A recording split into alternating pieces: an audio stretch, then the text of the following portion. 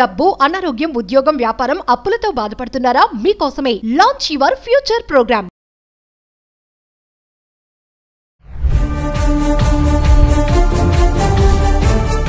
నమస్తే, welcome back to Suman TV. ప్రస్తుతం మనతో పాటు ఉన్నారు consumers affairs committee chairman Mandari Krishna Reddy garu. నమస్తే సార్. నమస్తే madam. Sir, celebrity Mahesh Babu గారికి కూడా కన్స్యూమర్ కోర్ట్స్ వాళ్ళు సమన్స్ ఇవ్వడం జరిగింది. మరి అసలు ఎందుకు వచ్చింది సమన్స్? అంటే దానివల్ల కారణాలు ఏంటి ఒకసారి? చాలామంది సెలబ్రిటీస్ కానీ దాంతోపాటుగా ఏదైనా ప్రోడక్ట్ గురించి చెప్పేటప్పుడు కానీ ఏదైనా సర్వీస్ గురించి చెప్పేటప్పుడు కానీ అడ్వర్టైజ్మెంట్స్లో, బ్రోషర్స్లో వాళ్ళ ఫోటోలు ప్రింట్ చేయడం, తర్వాత అడ్వర్టైజ్మెంట్ హోర్డింగ్స్లో వాళ్ళ ఫొటోస్ ప్రింట్ చేయడం, వాళ్ళు దీని గురించి ప్రచారం చేసినట్టుగా, వాళ్ళు దీన్ని సర్టిఫై చేసినట్టుగా, వాళ్ళు దీన్ని వాడినట్టుగా, వాళ్ళు ఇది బాగున్నట్టుగా వాళ్ళు ప్రచారం చేయడం అనేది చాలా సహజంగా జరుగుతుంది. ఓ సబ్బు వాడుతూ ఉంటారు, సబ్బు అంతా కూడా పూసుకొని కంప్లీట్గా ఇది చాలా గొప్ప సబ్బు, ఇది చాలా మంచిది, నా సౌందర్యానికి కారణం ఇదే అని చెప్తారు. ఆ సబ్బులు దేనికి పనికిరాని సబ్బులకు కూడా ఒక్కోసారి అలా జరుగుతూ ఉంటుంది. ఆ సబ్బుల వల్ల రేపు పొద్దున ఎవరైనా వాడి వాళ్ళకి రకరకాల చర్మ వ్యాధులు వచ్చినట్టయితే వాళ్ళు కోర్టుకు వెళ్తారు, కన్జ్యూమర్ కోర్టులో కేసు వేయచ్చు. వేసినప్పుడు ఏమవుతుందంటే, మీరు పలాని సెలబ్రిటీ దీంట్లో పార్టిసిపేట్ చేసి ఆవిడది మంచిదని నాకు సర్టిఫై చేయడం వల్ల నేను దీన్ని కొనుక్కున్నాను, సెలబ్రిటీ చేయడం వల్ల నేను కొనుక్కున్నాను, చేయడం వల్ల కొనుక్కున్నాను వేస్తే ఆటోమేటిక్గా ఆ సెలబ్రిటీకి నోటీసులు వెళ్తాయి, సెలబ్రిటీని పిలుస్తారు.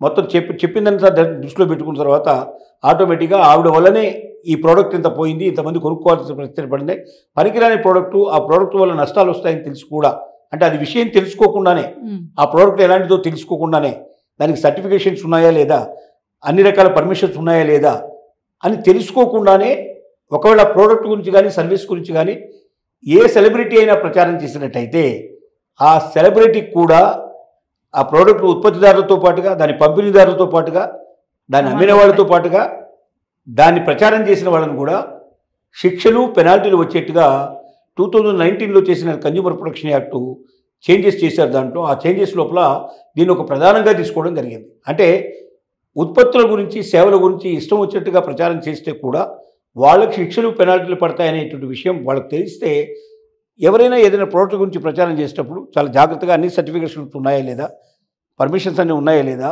ఇది మంచి ప్రోడక్టే కాదా, ఇది మంచి ప్రోడక్ట్ అని ఏదైనా ల్యాబొరేటరీ లోపల టెస్టింగ్ అయినా జరిగిందా, వాటన్నిటి దృష్టిలో పెట్టుకుని అవన్నీ ఉంటే వాటి పేపర్స్ తన దగ్గర పెట్టుకొని అప్పుడు దాని గురించి ప్రచారం చేసినట్టయితే సరైన ప్రచారం జరుగుతుంది. మంచి ప్రోడక్ట్ని మంచి అని చెప్పడం తప్పులేదు, కానీ చెడ్డ ప్రోడక్ట్ని మంచిదని చెప్పి దాన్ని కోట్లాది మందితో కొనిపించి అంతమందికి ఆరోగ్యం పాడు చేయడం కానీ, డబ్బులు వృధా చేయించడం కానీ ఇది ఒక రకమైన నేరం కిందకి వస్తుంది. కాబట్టి ఈ నేరంలో సెలబ్రిటీస్ పార్టిసిపేట్ చేయకూడదు అనేది దీని అర్థం. అంటే ముందే ఈ ప్రాసెస్ అంతా వాళ్ళు చూడరంటారా సార్? మీరు చెప్పారు కదా, చాలా మందికి అసలు అవి ఏమి ఉండవు.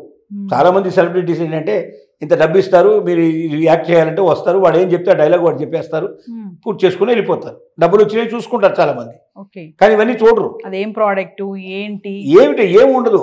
చాలా మంది పనికిరాని ప్రోడక్ట్స్ గురించి మీరు చూస్తున్నారు కదా, పెద్ద పెద్ద వాళ్ళు బాత్రూంలో క్లీనింగ్ గురించి మాట్లాడడం మీరు చూస్తున్నారు.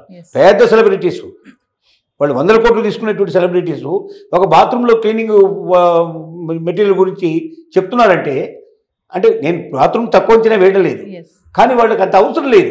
అంత చిన్న చిన్న ప్రోడక్ట్స్ వేరే వాళ్ళకి అప్పచెప్పొచ్చు, కానీ వాళ్ళే దానికి సిద్ధపడుతున్నారు. అంటే ఏమవుతుంది ఇక్కడ? ఇందులో మహేష్ బాబు గారు కూడా జరిగింది ఏంటంటే, ఒక రియల్ ఎస్టేట్ కంపెనీ వాళ్ళు ఏ పర్మిషన్స్ తీసుకోకుండానే, గవర్నమెంట్ పర్మిషన్స్ ఏవి లేవు దానికి, ప్రీ లాంచ్ అంటారు. ప్రీ లాంచ్ అంటే ఏ పర్మిషన్స్ లేకుండా, నాకు పర్మిషన్ వచ్చిన తర్వాత నేను 1000 రూపాయలకు అమ్మేటైతే పర్మిషన్ లేకుండా నీకు 500కే ఇస్తాను, 250 రూపాయలకి ఇస్తాను అని తక్కువ రేట్లో అమ్ముతారు. కానీ వాడు రేపు పొద్దున పర్మిషన్ తెస్తాడో లేదో తెలియదు, అది అమ్ముతాడో లేదు, కడతాడో లేదో తెలియదు. ఇలా ఎన్ని లక్షల మంది, కోట్ల మంది ఇప్పటికి నష్టపోయారు, మోసపోయారంటే అంతమంది మోసపోయారు. ప్రీ లాంచ్ అనేది ఇల్లీగల్, అది లీగల్ కాదు. ఎవరైనా ప్రీ లాంచ్ వ్యాపారం చేసినా కూడా, ప్రీ లాంచ్ అంటే ఏంటి, లాంచింగ్ చేయడానికంటే ముందరే, అంటే దాన్ని అన్ని పర్మిషన్స్ తెచ్చి వాళ్ళు నేను వాళ్ళ నుంచి అమ్మకానికి పెడుతున్నాను అని చెప్పి మార్కెట్లో పెడితే దాన్ని ఆఫ్టర్ లాంచింగ్ అని పిలుస్తాం.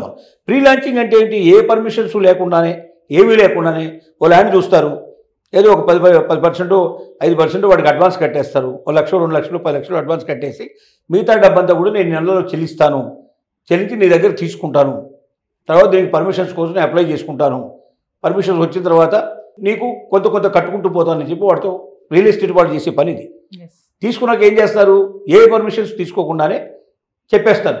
పర్మిషన్ వచ్చిన తర్వాత అయితే నీకు ఇంత రేట్ అవుతుంది, ఇప్పుడైతే దీంట్లో 1/4 కడితే చాలు, హాఫ్ రేట్ ఇస్తే చాలు అని డబ్బులు కలెక్ట్ చేసుకుంటారు. ఈ డబ్బులతో వాడు మొత్తానికి డబ్బు కట్టేసి ఆ ల్యాండ్ తీసుకొని అనుకున్న ప్రకారంగా మిగతా వాళ్ళకి, కొద్దిమందికి ఇట్లా మిగతా వాళ్ళకి ఎక్కువ రేట్లు పెట్టి అమ్ముకుంటే సక్సెస్ అయిన వాళ్ళు కొందరు ఉన్నారు. కానీ ఎక్కువ మంది చేసిన పని ఏంటంటే డబ్బులు వసూలు చేసుకుని మోసం చేసి వెళ్ళిపోయారు. ఇక్కడ కూడా ఎవరైతే మహేష్ బాబు గారు ఏ రియల్ ఎస్టేట్ కంపెనీ గురించి తాను ప్రచారం చేశాడో ఆ రియల్ ఎస్టేట్ కంపెనీ వాడు ఆ ల్యాండ్స్ ఇవ్వలేదు, మోసం చేశాడు, ఏ పర్మిషన్స్ తీసుకురాలేదు. దీనివల్ల చాలామంది నష్టపోయారు. ఆ నష్టపోయినటువంటి వాళ్ళలో కొంతమంది వాళ్ళు కన్జ్యూమర్ కోర్టులో కేసు వేశారు. ఏమని, పలాని ప్రొడక్ట్స్ ఇస్తానని పలాని రియల్ ఎస్టేట్ కంపెనీ వాడు మాకు ల్యాండ్ ఇస్తానన్నాడు, మాకు బిల్డింగ్ కట్టిస్తానన్నాడు, మా దగ్గర డబ్బు తీసుకున్నాడు, అది ఏ రకమైన పర్మిషన్స్ అతను లేవని మాకు తెలిసిన తర్వాత ఆ ప్రోడక్ట్ గురించి ప్రచారం చేయడంలో మహేష్ బాబు గారు కూడా వీడియోలో ఉన్నారు, హోర్డింగ్లో ఉన్నారు, బ్రోషర్లో ఉన్నారు, అన్నిట్లో ఆయన పేరు పెట్టారు. కాబట్టి ఇది చట్టానికి వ్యతిరేకం కాబట్టి ఆయన మీద యాక్షన్ తీసుకోండి అని కేసు పెట్టారు. దానికి విషయంగా ఇప్పుడు ఏం చేశారంటే ఆయనకి సమన్ను పంపించడం జరిగింది. సమన్లో వచ్చి ఆయన ఏం చెప్పుకుంటారనేది దాన్ని బట్టి భవిష్యత్తులో ఆయనకు పడేటువంటి ఏం చేస్తుంది, కోర్టు ఏం చేస్తున్నది ఆధారపడింది. కానీ ఈ విషయం వల్ల ఇతర ఎవరైనా సెలబ్రిటీస్ కానీ మామూలు వ్యక్తులు కానీ ఏదైనా ఒక అడ్వర్టైజ్మెంట్లలో పార్టిసిపేట్ చేసేటప్పుడు 1-2 సార్లు ఆ ప్రోడక్ట్ కరెక్టా కాదా, దానికి గవర్నమెంట్ పర్మిషన్స్ అన్నీ ఉన్నాయా లేదా, ఆ ప్రోడక్ట్ ఇంతకుముందు ఏదైనా వేరే వాళ్ళకి ఏదైనా ఇబ్బంది కలిగించిందా, దానివల్ల ఆరోగ్యమైన పడే అవకాశం ఉందా అనే విషయాల్ని పూర్తిగా అవగాహన చేసుకున్నాకనే అందులో పాల్గొనండి. లేకపోతే మీకు కూడా శిక్షలు పెనాల్టీలు తప్పవు. ఇది మనం చెప్పగలిగే విషయం. Thank you.